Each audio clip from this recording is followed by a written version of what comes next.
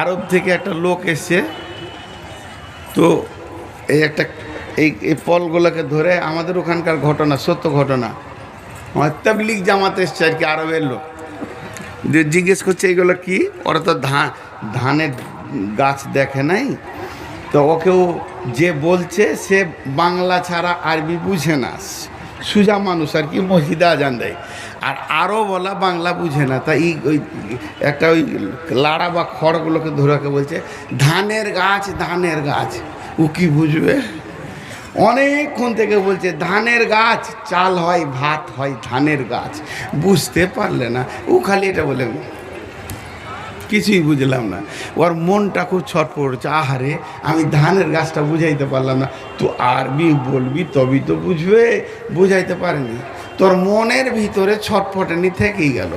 আর মাগরিবে মুসাফির হলো, মাগরিবের নামাজটা পড়া, আর মসজিদ পেছনেই আছে, দিয়ে এরকম নামাজ ধরেছে, এবারে চুপচাপ আছে, সানা পড়তে পড়তে পড়তে পড়তে যেই শুরু করেছে আলহামদুলিল্লাহি রাব্বিল আলামিন আর রহমানির রহিম, তখনই নামাজের ভিতরে বলছে এই তো এখন ফের বাংলা কত সুন্দর বলছে, মানে ওর আলহামদুটাই মুখস্থ আছে আর কি, এখন ফের আলহামদু বলতে পারছে, ধানের গাছ বুঝে না, কেমন লোক। তো আমাদের অবস্থা হচ্ছে নারায়ে তাকবীর, নারায়ে তাকবীর বলে দাও, আহলে হাদিস ময়দান কাঁপিয়ে দেবে, আর বাকি অন্য জিকির করবে না। আর বিরেলিদেরকে যদি বলা হয় নবী না হয়ে দুনিয়ার, না হয়ে ফেরেশতা খোদার হয়েছি, উম্মত তোমার তাতরে শুকর হাজার বার, ইয়া নবী সালাম আলাইকা, ইয়া রাসূল সালাম আলাইকা, সব সুর দিয়ে বলতে লাগবে। মুফলিহুন, এটা কার কথা? আল্লাহর মহব্বতের সঙ্গে একবার সব আমরা মুসলমান হৃদয়ের ভিতর থেকে কোরআনের ভালোবাসা নিয়ে বলি মুফলিহুন। আল্লাহ বলছে ওরা বেঁচে যাবে।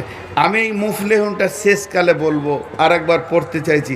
আমি যখন মুফলিহুন বলবো এরকম করব, সকলে জোরে বলবেন আমার সাথে, বিসমিল্লাহির রহমানির রহিম, আলিফ লাম মিম, যালিকাল কিতাবু লা রাইবা ফীহি হুদাল লিল মুত্তাকিন الذين يؤمنون بالغيب ويقيمون الصلاة ومما رزقناهم ينفقون। কামিয়াব কাকে বলে এখান থেকে ভাবতে হবে। দেখেন, আমাকে এই ভাই একটা কথা বলছে যে মৌলানা আমাদের বিলেই মাড়ির মিষ্টি খুব ভালো, দুটা খান। উদাহরণটা শুনবেন। এই ভাই বলছে, আমি হালকা করে বললাম খাবো না, আমি তো রুগী, খাবো না। উনি আবার বলছেন না খান, খুব ভালো, এখানকার মিষ্টি গোটা ভারতবর্ষে যায়, আপনি একবার খেলে বুঝবেন। না খাবো না, 500 550 সুগার, মিষ্টি খাবো না। এবারও আবার বলছে, তখন আমি রেগে গেছি, আবার বলছে দুটা খান, আমাকে 20টা খেতে বলছি, কি দুটা খান। তখন আমি বলছি আল্লাহর কসম, আল্লাহর কসম, আল্লাহর কসম, আল্লাহর কসম, আল্লাহর কসম খাবো না। 5 বার কসম খেলাম, আবার বলছি আল্লাহর কসম, আল্লাহর কসম, আল্লাহর কসম, আল্লাহর কসম, আল্লাহর কসম, আল্লাহর কসম, আল্লাহর কসম, আল্লাহর কসম, আল্লাহর কসম, আল্লাহর কসম, আল্লাহর কসম খাবো না। 11টা কসম খেলাম। তার মানে আমি একবার যদি বলতাম আল্লাহর কসম খাবো না, ওটাই তো যথেষ্ট ছিল। 11টা কেন বললাম? 5 বার কেন কসম খেলাম? 4 বার কেন কসম খেলাম? 11 বার কেন কসম খেলাম? আমার রাগটা বেশি হয়ে গেছে, আর আমি কসমের গুরুত্বটা বাড়ানোর জন্যে ঘন ঘন কসম খেয়েছি, যাতে করে মানুষ বুঝবে ও মিষ্টিতে মুখ দিবে না। তেমনি আল্লাহ তাবারাক ওয়া তাআলা কথা বলবেন এইটুকু 1 ইঞ্চি কথা, বেশি লম্বা কথা নয়, অল্প কথাতে 11 বার কসম খেলেন। আল্লাহ কোনো মানুষ নয়, কোনো মাস্টার, ডাক্তার, ইঞ্জিনিয়ার, মৌলানা, মুফতি, মুহাদ্দিস, বক্তা নয়, স্বয়ং আল্লাহ 11 বার কসম খেয়েছে। তাহলে কাজটা কত গুরুত্ব। আপনাদের হাতগুলো ধরে বলছি, হে আমার প্রিয়জন, আপনজন, ও আমার মা, এখানে যতগুলো মেয়ে আছে এগুলো আমার বেটি, ওদের আমি বাপ। আমি বলতে চাইছি, বেটি রে, একবার খালি তোর বাপের কথাটা মাইকে শোন, এটা আল্লাহর কথা, তোর বাপ বলছে। আর আপনার, আমার ভাই, আমার বন্ধু, আমার দিল চাইছে সবাই আমরা কিয়ামতের মাঠে বেঁচে যাই। তো আল্লাহ কেন এত কসম খেয়েছে একটা বিষয়ের উপরে? ছোট্ট একটা কথা বলছে আল্লাহ, বেশি লম্বা কথা বলেনি, 2 আয়াত বলেনি, 5 আয়াত বলেনি, একটা শব্দ বলছে। দেখেন কসমটা, বিসমিল্লাহির রহমানির রহিম, والشمس وضحاها والقمر إذا طلاها والنهار إذا دلاها والليل إذا يغشاها والسماء وما بناها والأرض وما طحاها ونفس وما سواها فألهمها فجورها وتقواها। এতগুলো কসম খেলেন আল্লাহ। আল্লাহর মতো পাওয়ারফুল লোকটা কসম খেয়েছেন, আল্লাহর মতো পাওয়ারফুল মাবুদ কসম খেয়েছেন, তাতে 1 বার নয়, 2 বার নয়, 11 বার কসম খেয়েছেন। আরেকবার বলছি, ওয়াস-শামসি ওয়া দুহাহা ওয়াল কামারি ইযা তালাহা ওয়ান নাহারি ইযা দাল্লাহা ওয়াল লাইলি ইযা ইয়াগসাহা ওয়াস সামাই ওয়া মা বানাহা ওয়াল আরদি ওয়া মা তাহাহা ওয়া নাফসিন ওয়া মা সাওয়াহা ফাআলহামাহা ফুজুরাহা ওয়া তাকওয়াহা। 11টা কসম করার পর শেষকালে ছোট্ট মতো একটা কথা বলছে, 1 ইঞ্চি লম্বা। কত কথাটার ওজন! এই কথাটা বলার জন্য আল্লাহ 11টা কসম খেলেন। সেই কথাটা কি? কাদ আফলাহা মান যাক্কাহা ওয়া কাদ খাবা মান দাসাহা। যে পবিত্র হবে বেঁচে যাবে, যে নাপাক থাকবে ফেঁসে যাবে।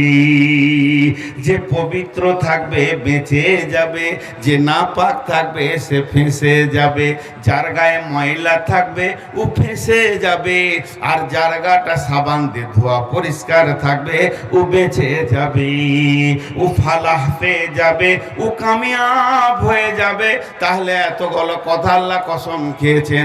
ও আমার ভাই রে, ওরে আমার বোন রে, ওরে আমার বেটি রে, আর জালসা শুনতে হবে না, সব দৌড় মেরে বাড়ি চলে যায়। আর বালতি করে পানি নিয়ে সাবান দিয়ে মাথা থেকে পা পর্যন্ত কচলে কচলে ময়লাগুলো তুলে নি। যেহেতু আল্লাহ কোরআনে বলেছেন, কাদ আফলাহা মান যাক্কাহা, কঠিন কিয়ামতের দিনে যে পবিত্র থাকবে সে বেঁচে যাবে, আর যে নাপাক থাকবে তে ফেঁসে যাবে। এখানে যদি একটা ট্রাক ফেঁসে যায়, একটা ট্রাক্টর ফেঁসে যায়, একটা ডাম্পার ফেঁসে যায়, নানান বুদ্ধি আছে। আর একটা ট্রাক দিয়ে টানবে, আর একটা ডাম্পার দিয়ে টানবে, আর একটা ট্রাক্টর দিয়ে টানবে, না হলে ক্রেন নিয়ে আসবে, বড় বড় যন্ত্র নিয়ে তুলে নেবে। কিন্তু কিয়ামতের ময়দানে আল্লাহ বলে দিয়েছেন, লা তামলিকু নাফসুন লিনাফসিন শাইআ। সেদিন কেউ কারোর গাড়ির পাছা ঠেলবে না, কেউ কাউকে উদ্ধার করবে না। ওয়াল আমরু ইয়াউমাইদিন লিল্লাহ, সেদিন আল্লাহর হুকুম চলবে। আমি গাড়িটা রোডে নিয়ে গেছি, আমার মনে ভরসা আছে, এই এলাকার আমি বক্তা, বিলাইমারি লোক আমাকে ভালোবাসে। যদি আমার গাড়িটা কোথাও ফেঁসে যায়, যুবকেরা বলবে নূর মোহাম্মদের গাড়ি ঠেলে দিবে। কিন্তু বন্ধুরে, সেই কঠিন কিয়ামতের দিনে আব্বা বলবে না বেটা তোকে একটু উদ্ধার করে দি, মা বলবে না, ভাই বোন বলবে না। ইয়াউমা ইয়াফিরুল মারউ মিন আখিহি, সেই দিনের কামিয়াবির কথা বলছি। তাই আল্লাহ বলছেন, যে পাক থাকবে সে বেঁচে যাবে, আর যে নাপাক থাকবে সে ফেঁসে যাবে। ফেঁসে ফেঁসে গেল মানে জাহান্নামে চলে গেল, বেঁচে গেল মানে জান্নাতে চলে গেল। খুব জিনিসগুলো সূক্ষ্ম করে ভাবি ভাই। কয়েকটা ছেলে মোবাইলে রেকর্ড করছেন, আপনাদের মোবাইলের পেছনের লাইটটা জ্বলছে, ওইটা যদি আর 10 মিনিট জ্বলে তো আমার মাথার ব্যথা আমি নিতে পারবো না, জালসা করতে পারবো না। এতে আপনারা কি ভাবছেন ভাবেন, আমি রুগী মানুষ। এই যে বেশি বকছি, একটু রাগ করছি, স্বাভাবিক। 500 550 সুগার নিয়ে বকছি, রাগ হবেই।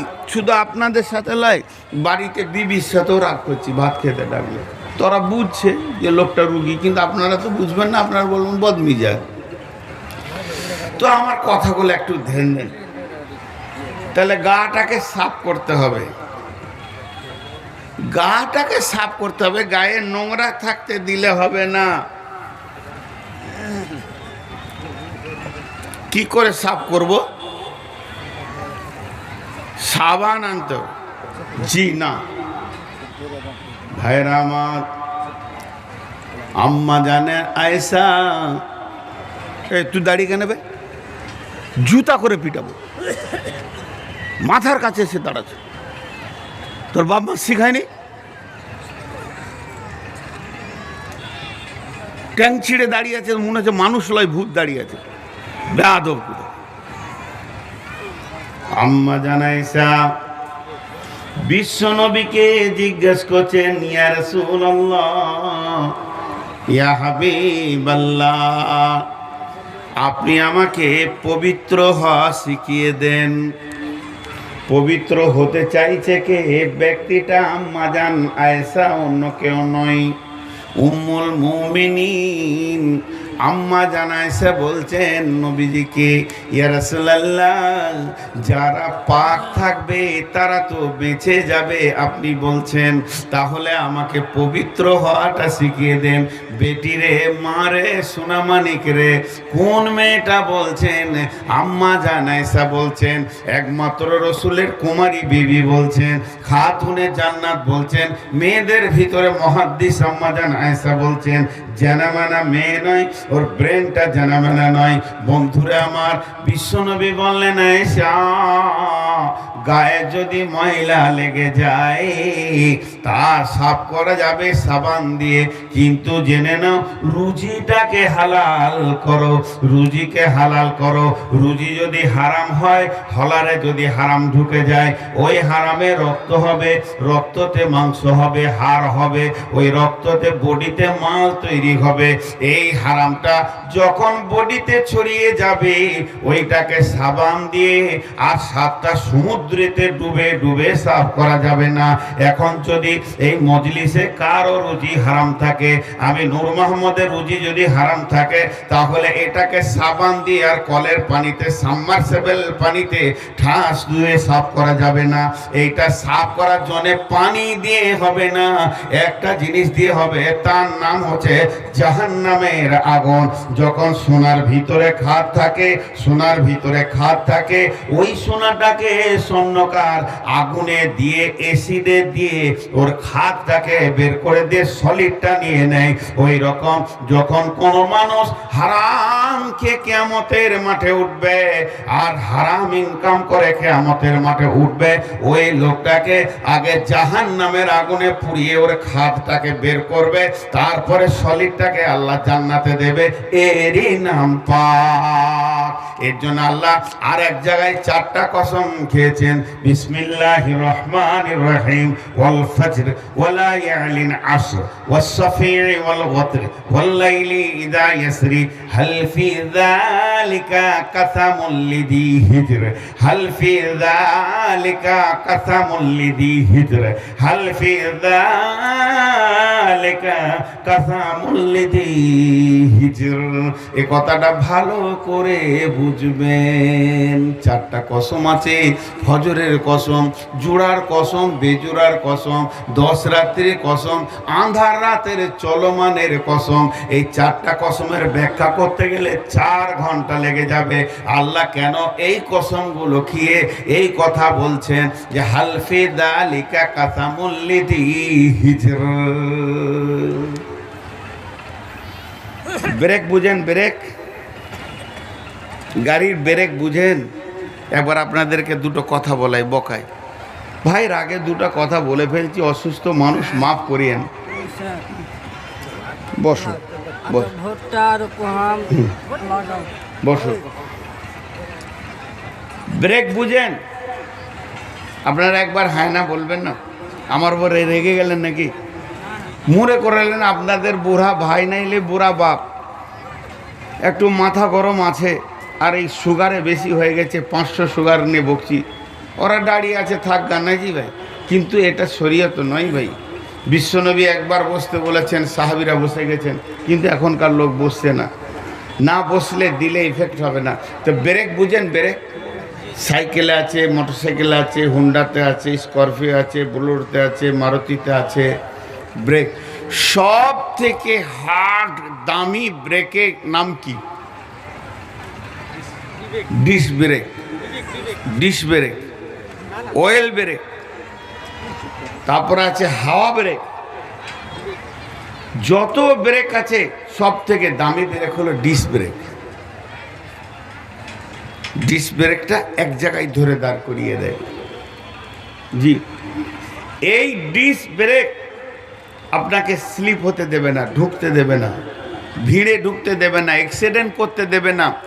সামনে বাচ্চা ছেলে চলে এসছে, গরু চলে এসছে, ছাগল চলে এসছে, কাউকে আসতে দেবে না, সব জায়গা থেকে আপনাকে বাঁচাবে। কিন্তু জেনেলেন, বাংলাদেশে বেশিরভাগ গাড়ির পেছনে লেখা আছে মদ্যপান অবস্থায় গাড়ি চালাবেন না, চোখে ঘুম নিয়ে গাড়ি চালাবেন না। কথাটা সত্য। দুটো জিনিসে অ্যাক্সিডেন্ট করে, যদি চোখে ঢুল আসে আর মদ্যপান অবস্থায় যদি গাড়ি চালায়। তার কারণ তখন তার বিবেকটা শূন্য থাকে। সব ব্রেককে ব্যবহার করে বিবেক, বিবেকটা চেতনা থাকতে হবে।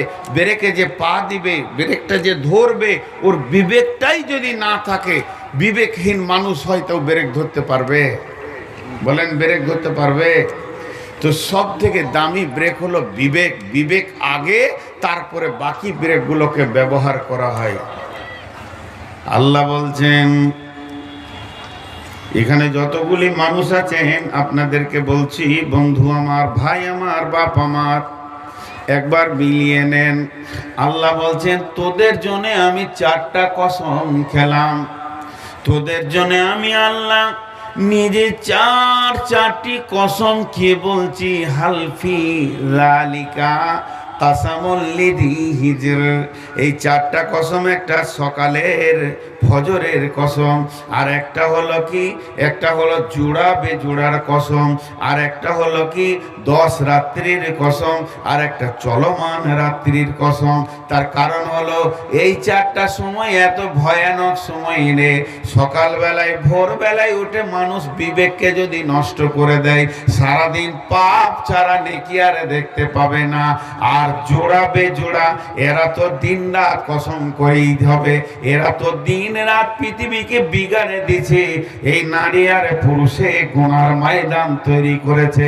আর 10 রাত্রির কসম, কেউ বলেছে মহরমের 10 রাত, কেউ বলেছে রমজানের 10 রাত, শেষ 10 রাত, কেউ বলেছে জিলহিজ্জা মাসের 10 রাত।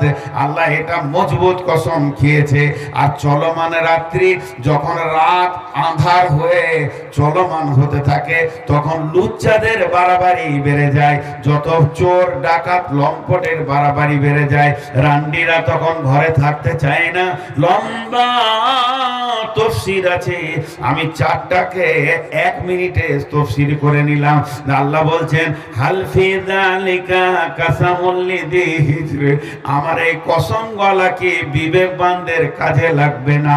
এদের বিবেক কি খুলবে না? এদের বিবেকে কি গৃহা লেগে থাকবে? এদের বিবেকে কি হুড়কাটা খুলবে না? আমার এই কসম গলা, এমনকি এই কসম গলা বিলেই মারি ময়দানে যারা বসে আছে, তাদের বিবেকের গিটটাকে খুলে দিবে না। যদি বিবেকটা খুলে যায় তাহলে এদের গাড়ি ব্রেক হয়ে যাবে।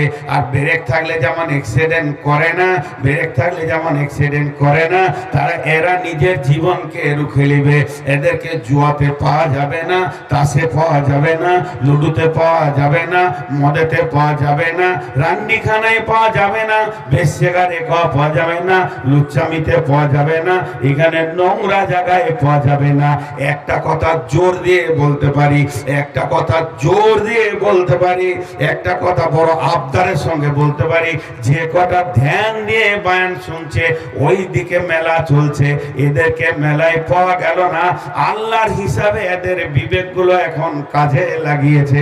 তাই আল্লাহ বলছেন হাল ফি দালিকা কাসামুল লিজি হিজরে। আর যারা সমস্ত গুনাহগুলোকে নিয়ে ঢুকিয়েছে, নিজের জীবনকে জুয়াতে ঢুকিয়ে দিয়েছে, তাসেটে ঢুকিয়ে দিয়েছে, লুডুতে ঢুকিয়ে দিয়েছে, দাবাতে ঢুকিয়ে দিয়েছে, মদের জ্বালায় ঢুকিয়ে দিয়েছে, বেশ্যার জায়গায় ঢুকিয়ে দিয়েছে, লুচ্চামি করে বেড়েছে, এদের ব্রেক এখনো কাজ করছে না, এরা নাকামির দিকে দৌড়ছে।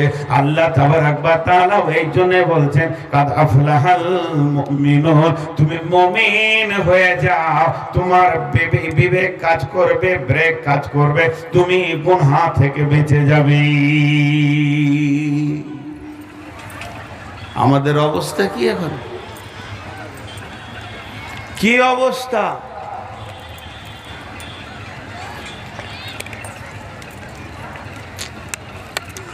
খুব অবস্থা খারাপ। আমরা নিজেকে নিজে শেষ করে দিয়েছি।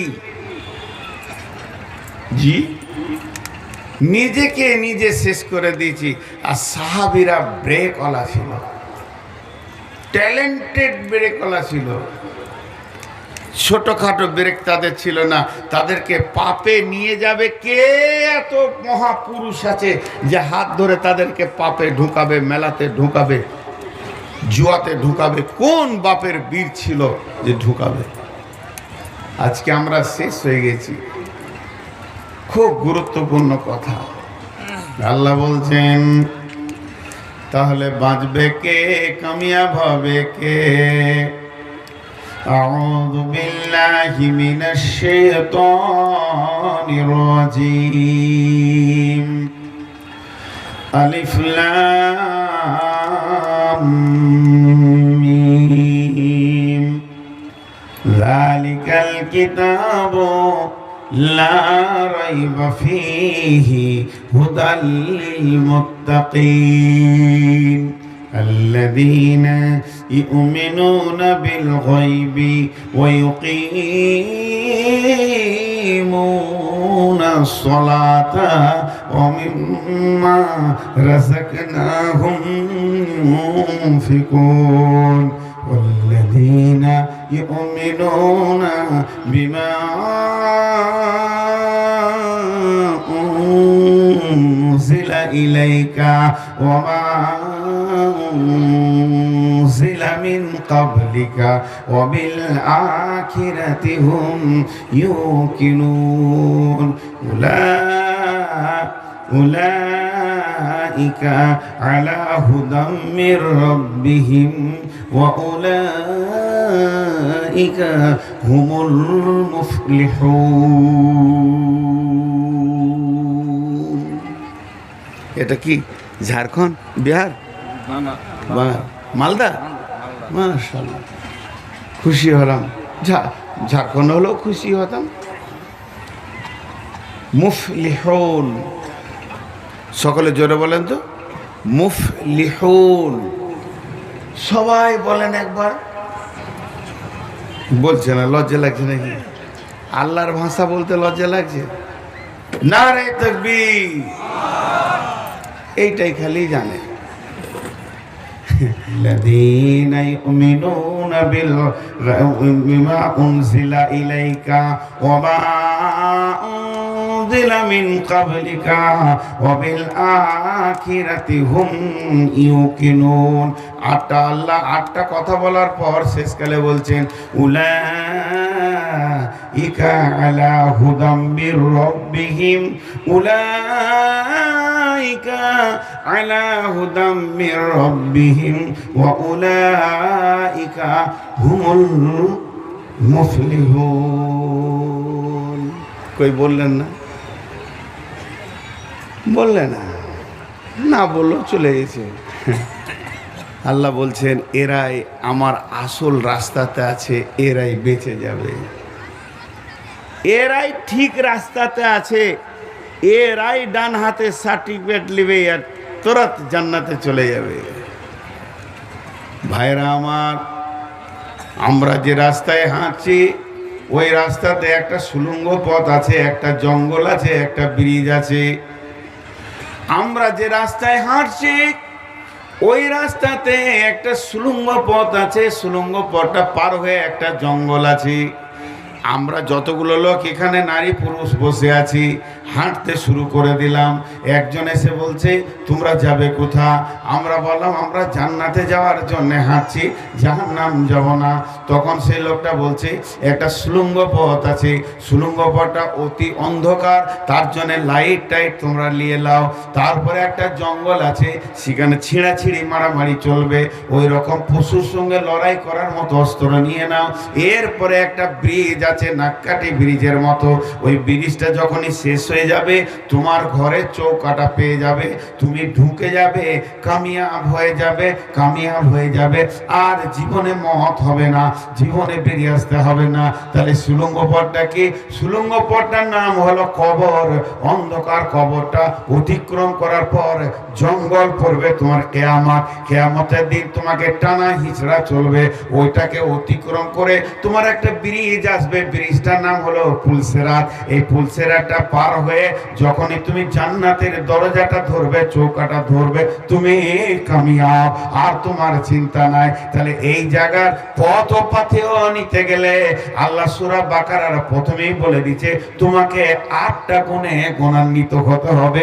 8টা মেটেরিয়ালস, 8টা মাল যদি তোমার ব্যাগে থাকে, এই জায়গাগুলো তুমি নিশ্চিন্তে পেরিয়ে নিজের জান্নাতে পৌঁছে যাবে। ভাই উঠা বসা না করি, উঠা বসা না করি।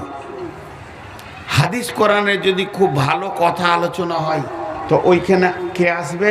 ওর নাম আজাজিল, শয়তান আসবে আর সুসুরি দিবে ওর ওর পেছন থেকে কয়েকটা ছেলে প্রতিযোগিতা করছে আমার চোখে লাইট মারার জন্য, বাচ্চা শিশু, তারা দোষ তো তাদের নাই, ওরা তো প্রোডাক্ট, ফ্যাক্টরির দোষ। যারা বানিয়েছে ওগুলো বানাতে পারেনি। বাবা দিনী মজলিসে টুপি নিয়ে মাথায় ভালো করে বসতে হয় না, ওরা লাইট ব্যবহার করছে যে মৌলবীর চোখে লাইটটা মারতে পারলে অন্তত আমি কামিয়াব হব। মৌলবী কামিয়াবের কথা বলছে। আহারে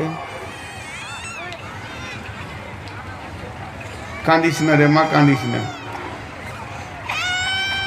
আল্লাহ, এবার ওই 8টা কথা আপনাদেরকে আমি গুনিয়ে দিছি, যা আজকের জন্য আমার বয়ান শেষ হয়ে যাবে ইনশাআল্লাহ। যে 8টা মেটেরিয়াল সাথে নিতে হবে, আপনার রাস্তায় কেউ আটকাতে পারবে না, আপনার আমার কামিয়াবি কেউ রুখতে পারবে না। আল্লাহ বলছেন যালিকাল কিতাবু লা রাইবা ফীহি হুদাল লিল মুত্তাকিন। বিলাইমারির মুসলমান, দিয়ারের মুসলমান, মালদার মুসলমান, বিহারের মুসলমান, একবার আপনারা মুখ খুলবেন। আল্লাহ বলছেন প্রথম নম্বরে যদি তোরা বাঁচবি, আমার এই কিতাবটার ওপরে কোনো সন্দেহ রাখবি না। এই কিতাবটা যা আছে প্রতিটা অক্ষর, প্রতিটা জের, প্রতিটা জাবার আমি সত্য দিয়ে পাঠিয়েছি। এটার উপরে 100% ঈমান রাখবি, মানে এটাই তোদের রাস্তা। আপনার কিনা বাঁধের ওপর দিয়ে একটা রাস্তা গেছে কাটিহার, এইদিকে একটা রাস্তা গেছে কাটিহার, শিলিগুড়ি থেকে একটা রাস্তা আপনার কিনা ডালকোলা পূর্ণিয়াকে ফেড়ে দিয়ে চলে গেছে পাটনা, আর একটা রাস্তা চলে গেছে কলকাতা। ডালখোলা রায়গঞ্জ মালদাকে ফেরে দিয়ে কলকাতা, একটা রাস্তা চলে গেছে কলকাতা থেকে দিল্লি আসানসোল পাটনাকে ফেরে চলে গেছে, একটা রাস্তা খড়গপুর থেকে অন্ধ্র হয়ে চলে গেছে মুম্বাই। তাহলে ভারতবর্ষে কয়েকটা বিশ্ব রোড আছে, ন্যাশনাল রোড আছে, যত রাস্তা তুমি দেখেছো এইটার ভিতরে একটা রাস্তা আছে। যদি চোখ থাকে ইমানের দেখে এলাও, এই রাস্তায় যে একবার উঠে যাবে সে সারা দুনিয়াকে ফেরে ফেলে দিয়ে জান্নাতে পৌঁছে যাবে। এত সোজা রাস্তা আছে, ইহদিনাস সিরাতাল মুস্তাকিম।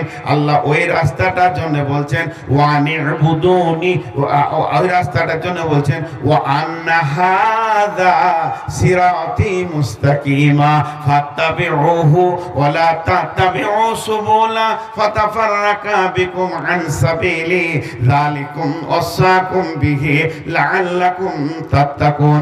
আমি যখনই রাস্তার রতুয়াটা ধরে নিলাম, আপনি বলেন বাস কাজ হয়ে গেছে, সিধা চালিয়ে যান, মালদা পৌঁছে যাবেন, ডানে বামে যাবেন না।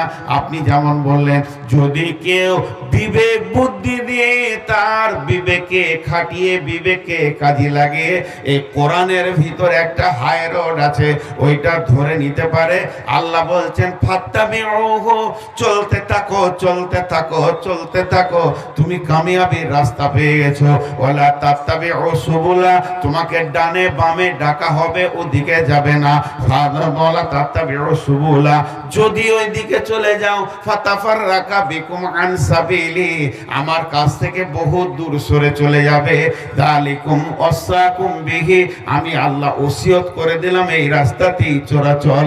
যালিকুম ওয়াসাকুম বিহি লাআল্লাকুম তাত্তাকুন, যদি তোমার দিলে আল্লাহর ভয় থাকে তুমি জান্নাতে পৌঁছে যাবে।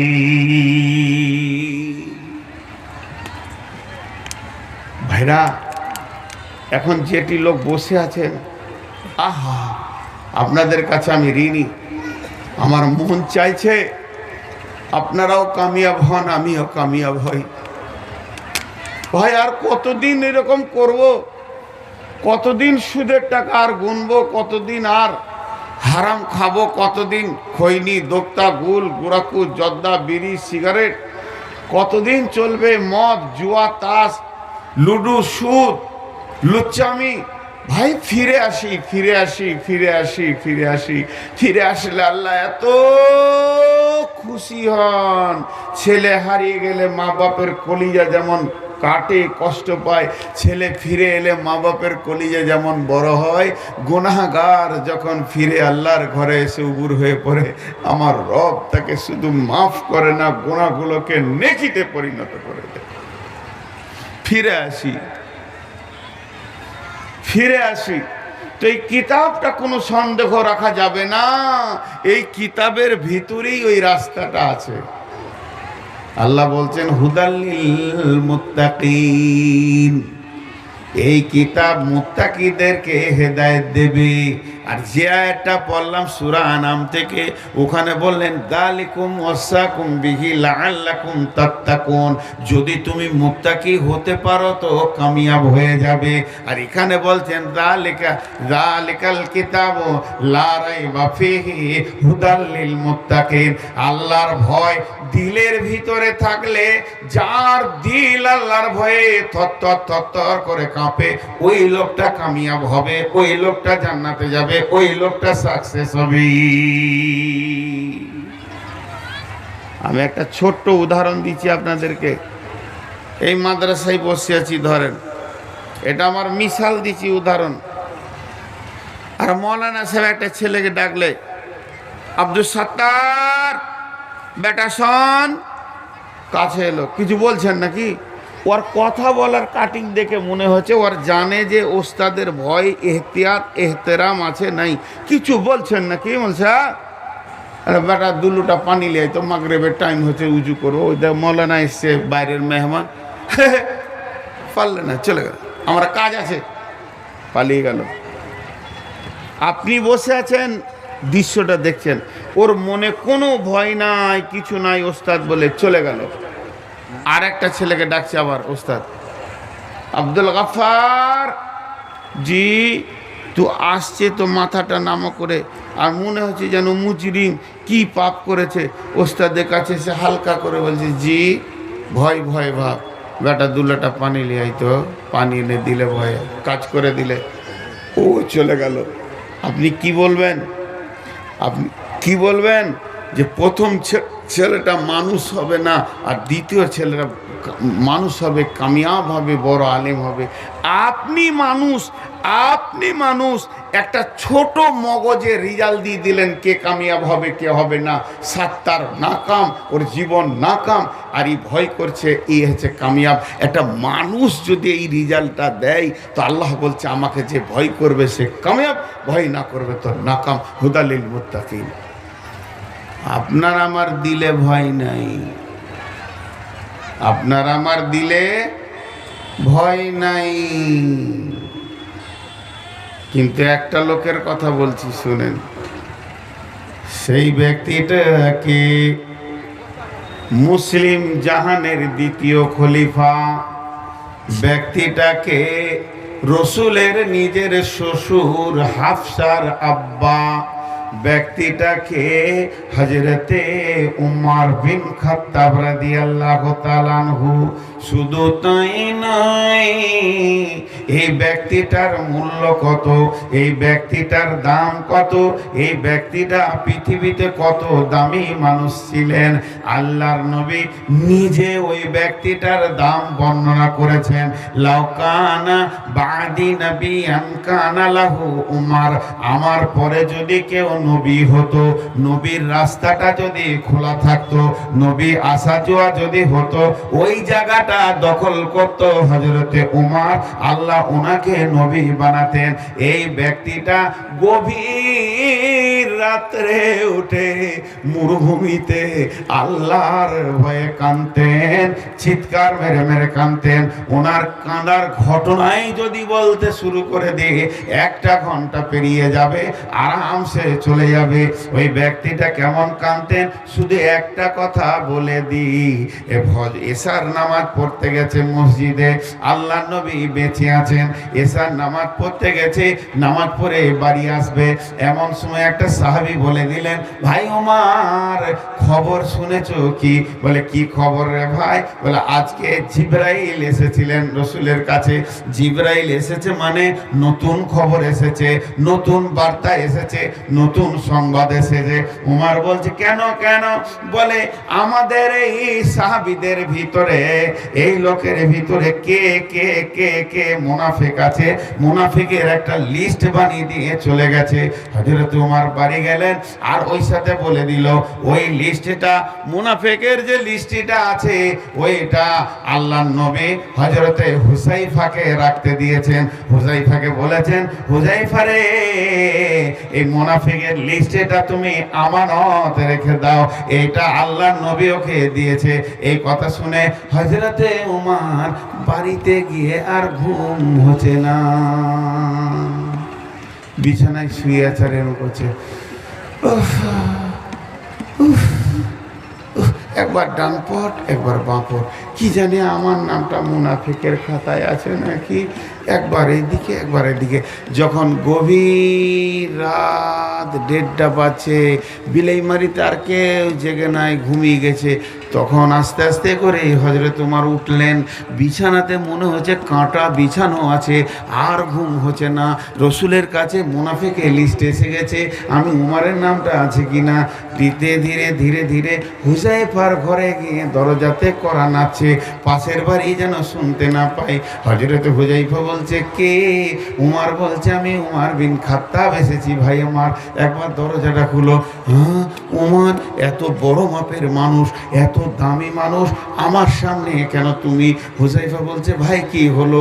এই কথা বলতে বলতে উমর মুখে হাত দিয়ে ভিবড়ে কেঁদে উঠলো। কেঁদে উঠে বলছে ভাই তোমার কাছে মুনাফিকের লিস্ট আছে, আমি লিস্টটা একবার চাইছি না, কার নাম আছে এটা আমি জানতেও আসিনি, আমি এটা বলছি না কার কার নাম আছে আমি কি শোনাও, আমার শোনার দরকার নাই, আর লিস্টটা আমার হাতে দিতে হবে না, নবীজি তোমার কাছে রেখেছেন, তোমার কাছেই রেখে দাও। শুধু আমি এত রাত শিবরাত্রিতে এসেছি, একবার তুমি বাড়ির ভিতরে যাও, যে তোমার প্রদীপটা তোমার চেরাকটা জেলে দাও, তোমার কুপিটা জেলে দিয়ে একবার লিস্টে চোখটা লাগিয়ে দেখো আমি উমর বিন খাত্তাবের নামটা আছে না নাই।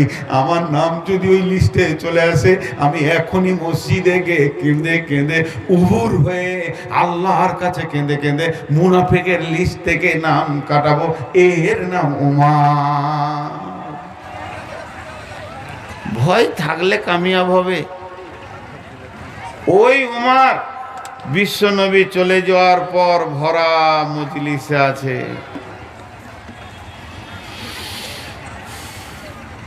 বিশ্বনবী চলে গেছেন, দুনিয়াতে নাই। হযরত আবু বকর চলে গেছেন, দুনিয়াতে নাই। উমর একদিন মজলিসে বলছে, হ্যাঁ গো, ওই আমার সাথীরা, ওই রসুলের উম্মতেরা, সাহাবীরা, তোমরা কি আল্লাহর ভয় সম্পর্কে কিছু জানো? আমাকে বলো তো। তোমাদের মুখ থেকে শুনলে আমার দিলে আল্লাহর ভয়টা হয়তো আসবে। উমর কি জানতেন না? উনি শুনতে চাইছেন, আমি যে কথাগুলো বলছি এগুলো কি আপনারা জানেন না? আপনারা আমার থেকে বেশি পণ্ডিত। আপনারা নিচে বসে আছেন, আমি স্টেজে আবার চেয়ারে। দাম কার বেশি? দাঁড়ির দুটো পাল্লা, যেটাতে মাল থাকবে ওটা নিচে থাকবে, যেটা মাল নাই সেটা উপরে থাকবে। আমার পুঁজি নাই বলে উপরে আছি, আপনাদের মাল আছে বলে নিচে আছে। উপরে থাকাটাই যদি সম্মানী হতো তাহলে বাঁদর হেডমাস্টার হতো। ও তো ডালেই থাকে, জীবনে নিচে নামে না। তো আপনারা এগুলো জানেন, কিন্তু আরেকজনের মুখে শুনলে দিলে রিপ্লাই হয়, রেনুয়েল হয়। উমর যখন বললেন যে আল্লাহর ভয় সম্পর্কে তোমরা কিছু জানো,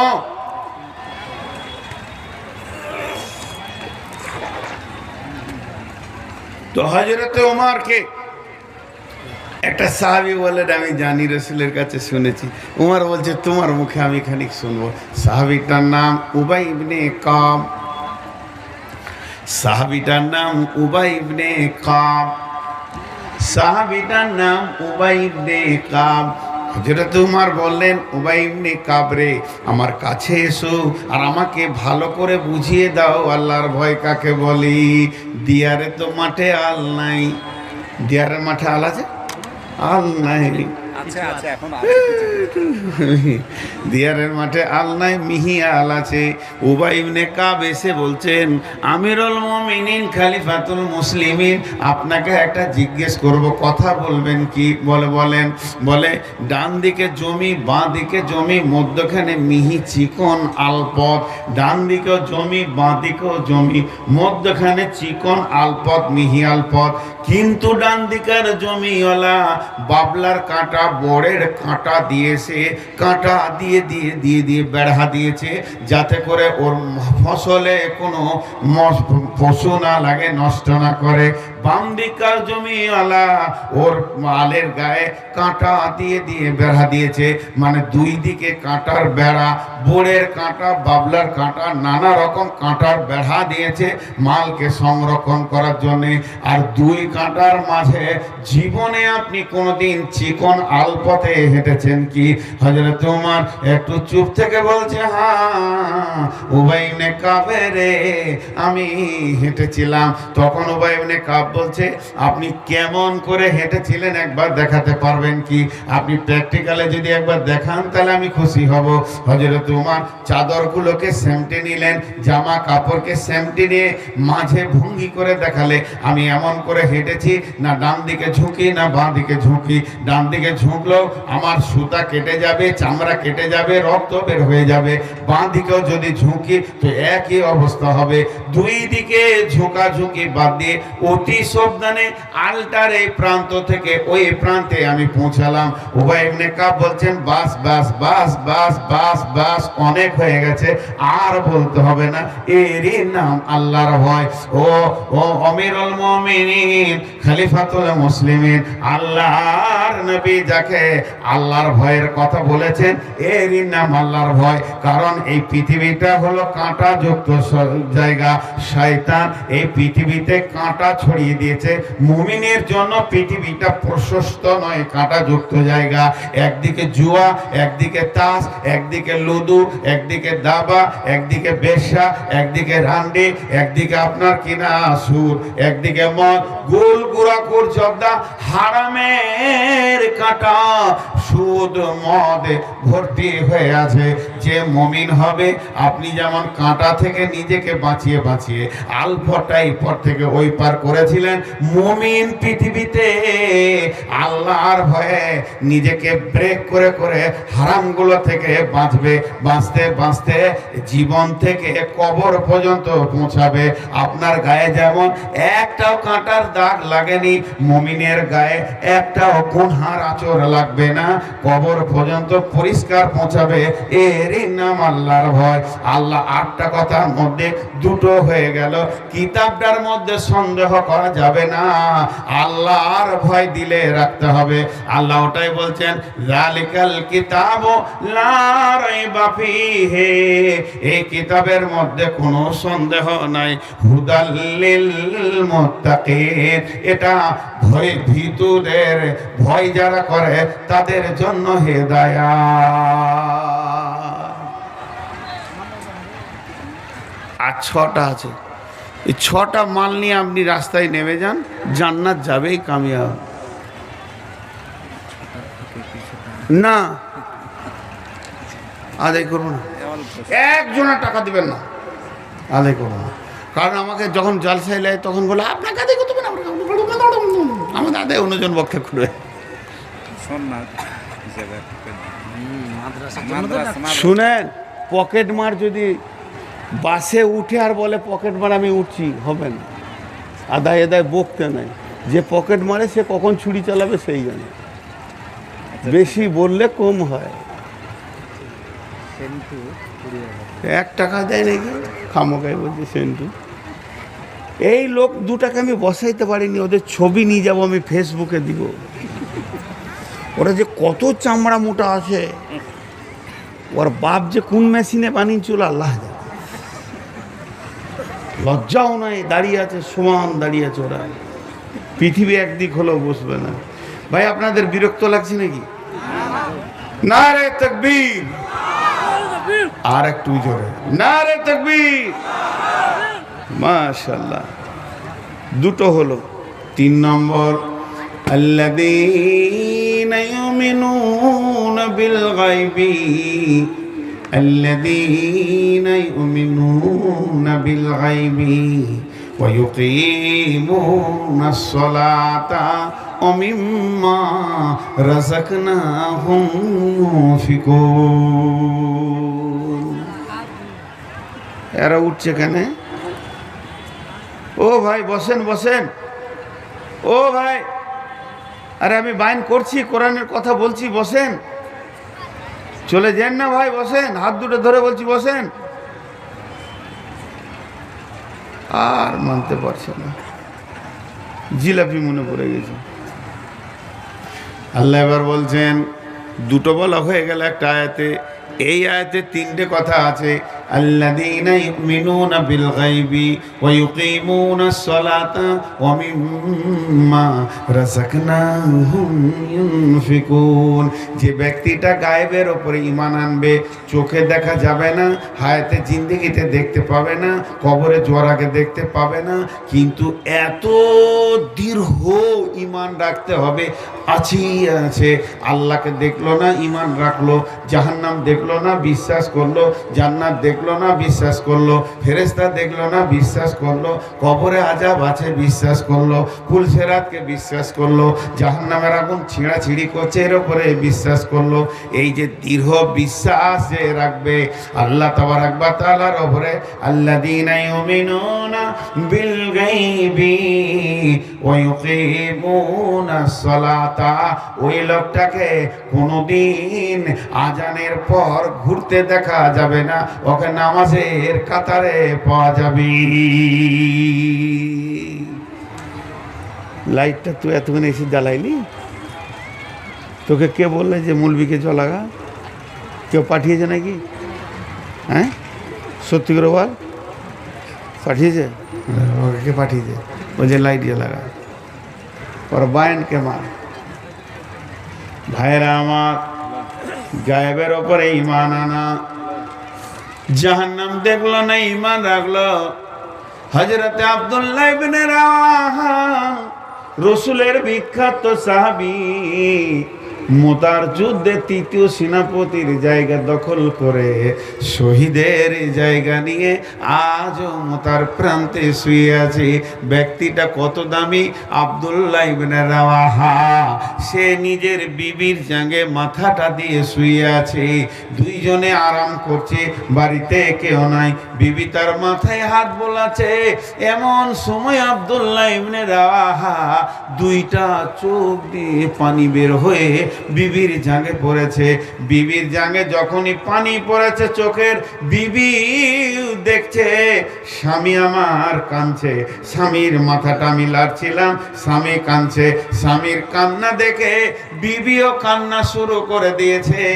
আর বিবি যখন কাঁদছে, স্বামী তখন বলছে, বিবি রে, তোমাকে কে কাঁদাছে বলো, তুমি কাঁদছো কেন? বিবি উত্তরে বলছে, বাকাই কিলে বাকাই কা, তুমি কাঁদছো বলে আমি কাঁদছি। আমার স্বামী রসুলের সাহাবী, আমার স্বামী মেন্টাল রোগী নয়, আমার স্বামী জেনামেনা লোক নয়, আমার স্বামী পাগল লোক নয়। স্বামী কাঁদছে মানে এর ভিতরে গভীর তথ্য কিছু লুকানো আছে। তো স্বামী তখন বলছে, বেগম রে, বিবি রে, তুমি আমার চোখের পানি দেখেছো, কিন্তু আমার মুখের ভাষাটা শোনোনি। বেগম রে, আমি কি বলছি শোনো। ও সূরা মারিয়ামের ৭১ নম্বর আয়াতটা ঘুরিয়ে ঘুরিয়ে ঘুরিয়ে ঘুরিয়ে পড়ছে আর কাঁদছে।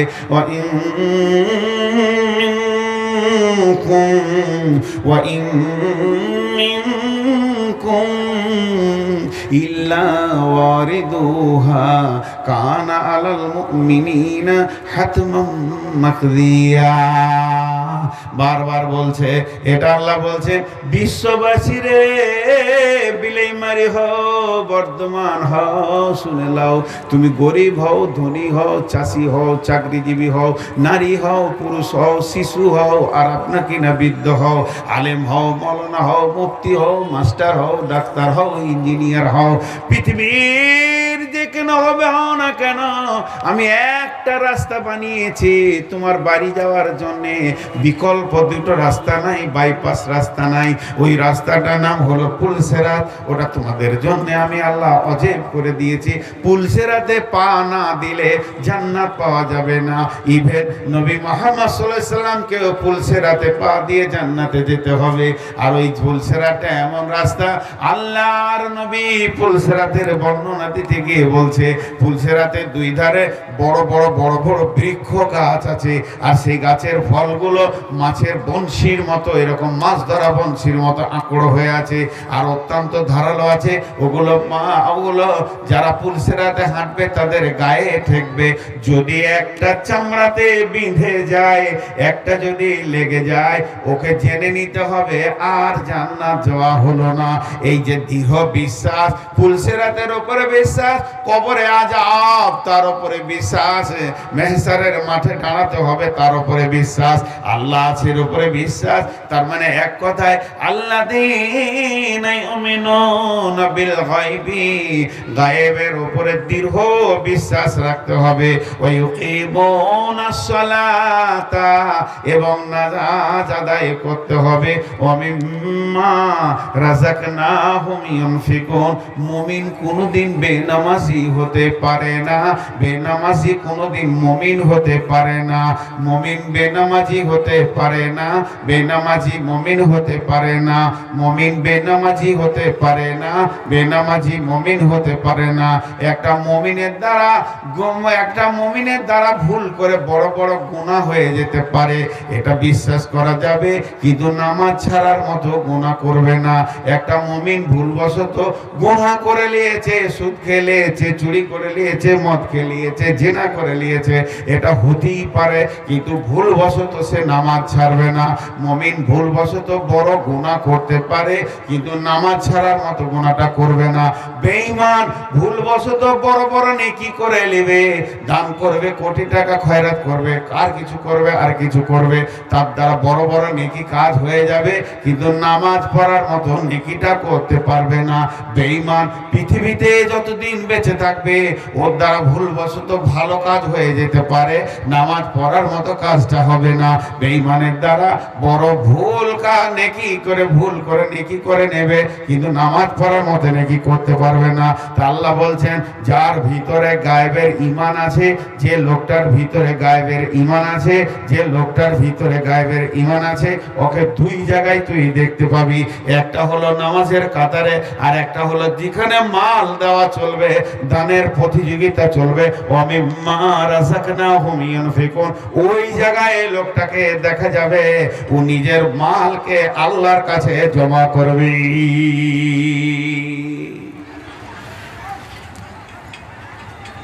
এই যে আমরা বলি এখন, ভাই দান করেন, ভাই দান করেন, এটা ভুল। কিছু প্রচলিত ভুল আছে, আমি এটা কাবিরা গুনাহ কোরআন হাদিসের ভুল বলছি না, প্রচলিত ভুল। বলে আমার ছেলেটা বয়স বাড়ছে, এটা ভুল। বয়স কমছে, প্রতিদিন ওর বাড়বে কেন? কমছে। যটা নিঃশ্বাস নিচ্ছে তত কবরের দিকে যাচ্ছে, বাড়বে কেন? কমছে। তেমনি দান করেন লয়, আসলে ভাষাটা হবে আপনি আপনার ব্যাংকে জমা করেন। কাকে দিবেন? আল্লাহর অভাব পড়েছে, কিন্তু আল্লাহ কোরআনে বলেছেন ইকরাজাল্লাহ কারদান হাসানা, আমাকে ঋণ দাও, উত্তম ঋণ দাও। আর ঋণ মানে কি? সে মালটা আপনি পাবেন, আমানত ফেরত হয় না। কাউকে আমানত রাখতে দিয়েছেন, ওর ঘরে ডাকাতি হয়েছে, টাকাটা চলে গেল, চুরি হয়ে গেল, ওটা আর ফেরত পাবেন না।